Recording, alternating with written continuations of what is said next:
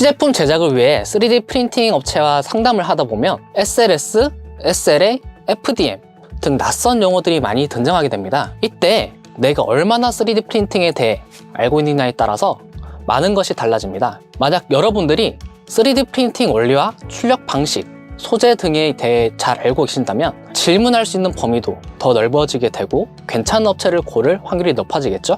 이번 영상에서는 산업에서 사용되는 3D 프린팅 출력 방식, 원리, 재료, 장단점까지 핵심만 뽑아서 총 정리해 보도록 하겠습니다.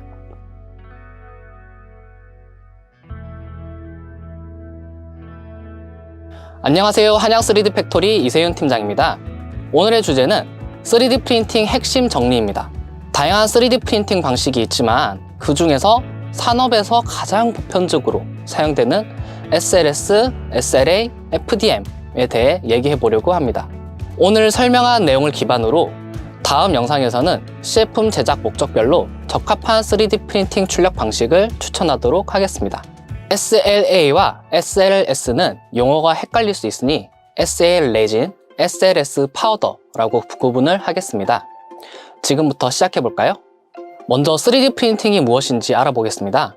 한 문장으로 정리해 보자면 3D 모델링된 데이터를 3D 프린터로 출력하여 3차원 물체를 만들어내는 것입니다. 3D 프린터는 한 층 한 층 쌓아서 3차원 형상을 만들어내는 적층 제조 방식입니다. 비교적 투입되는 시간과 비용이 효율적이기 때문에 시제품을 제작하는 과정에서 널리 사용되고 있습니다. 참고로 3D 프린터가 등장하기 이전에는 정통적인 제조 방식인 CNC를 사용했습니다. 나중에 3D 프린팅과 CNC 비교 영상도 한번 제작해 보겠습니다. 3D 프린팅에 가장 자주 사용되는 재료는 플라스틱입니다. 그 외에도 에폭시, 레진, 투명 소재, 금속 등 여러 가지 사용할 수가 있습니다. 현재에도 3D 프린팅 재료는 지속적으로 개발되고 있기 때문에 더욱 퀄리티 높은 재료들이 등장할 것으로 예상됩니다. 본격적으로 3D 프린팅 출력 방식에 대해 이야기해 보도록 하겠습니다. 첫 번째, SLS 파우더입니다. SLS 파우더 방식은 사용되는 재료는 분말 형태입니다. 먼저 얇은 분말층이 프린터 베드에 도포가 됩니다. 그 다음에 출력 데이터에 맞게 레이저를 쏴 소결시키면서 분말이 굳어지면 단면 한 층이 형성됩니다. 이 과정을 반복하면 단면 한 층 한 층이 쌓여서 3차원 형상이 만들어지는 것입니다. SLS 파우더의 주요 재료는 PA, PU 등 내구성이 뛰어난 나일론 계열의 플라스틱입니다.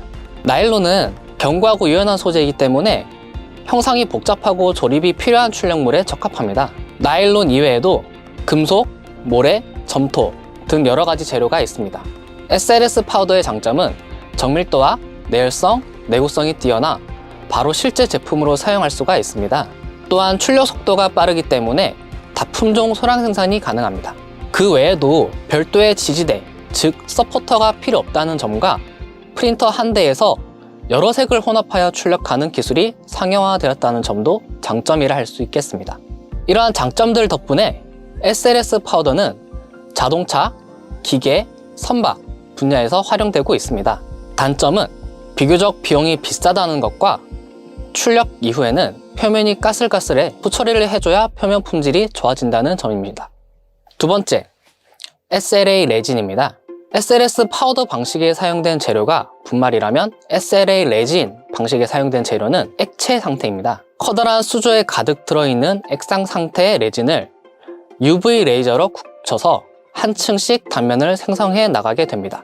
마찬가지로 단면이 형성되면 수조에 잠겨있던 프린터 베드를 미세하게 하강하게 되고 다시 액상 상태의 레진을 레이저로 굳히는 것입니다. 이 과정을 계속 반복하다 보면 3차원 형상이 만들어지게 됩니다. SLA 레진 그리고 SLS 파우더 방식이 헷갈릴 수 있는데 재료의 상태를 기억해 주시면 파악하기 좀 더 쉬우실 것 같아요. SLA 레진의 장점은 정밀도가 높고 출력 속도가 빠르며 표면이 매끄럽다는 장점이 있습니다.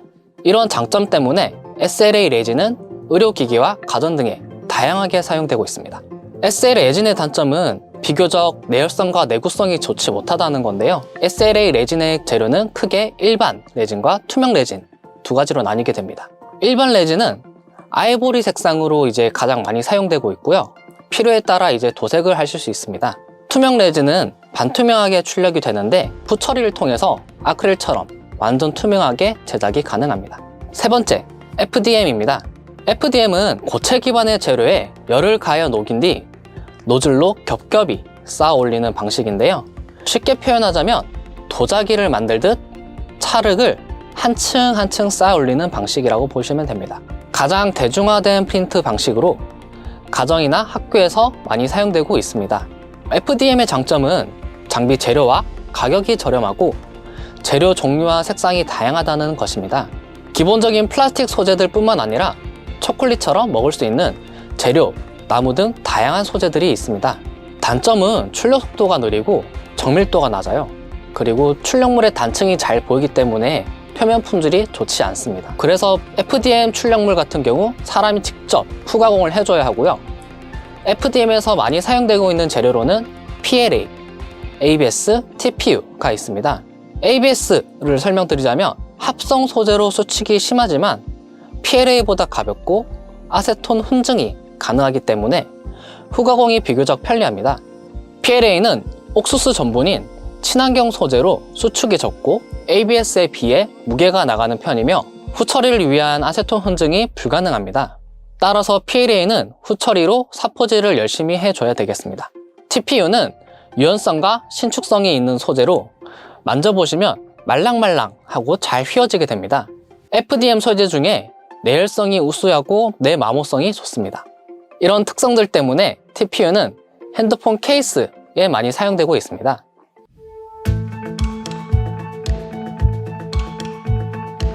지금까지 3D 프린팅 출력 방식을 총 정리해봤습니다. 이 외에도 다양한 출력 방식이 있지만 기본적으로 오늘 말씀드린 내용만 알고 계셔도 업체에 3D 프린팅 의뢰를 하거나 직접 시도를 하실 때 큰 도움이 되실 거예요. 그래도 헷갈리신다면 저희 한양 3D 팩토리에 문의 주세요. 한양 3D 팩토리는 3D 프린팅 전문 서비스를 제공하고 있습니다. 3D 프린팅 뿐만 아니라 개발, 모델링, 제품 양산까지 모두 진행하고 있으니 검색창에 한양 3D 팩토리를 검색해 보세요. 그리고 3D 프린팅 시제품 제작에 대해 궁금한 점이 있으시면 댓글을 남겨주세요. 한양 3D 팩토리 이세윤 팀장이었습니다. 감사합니다.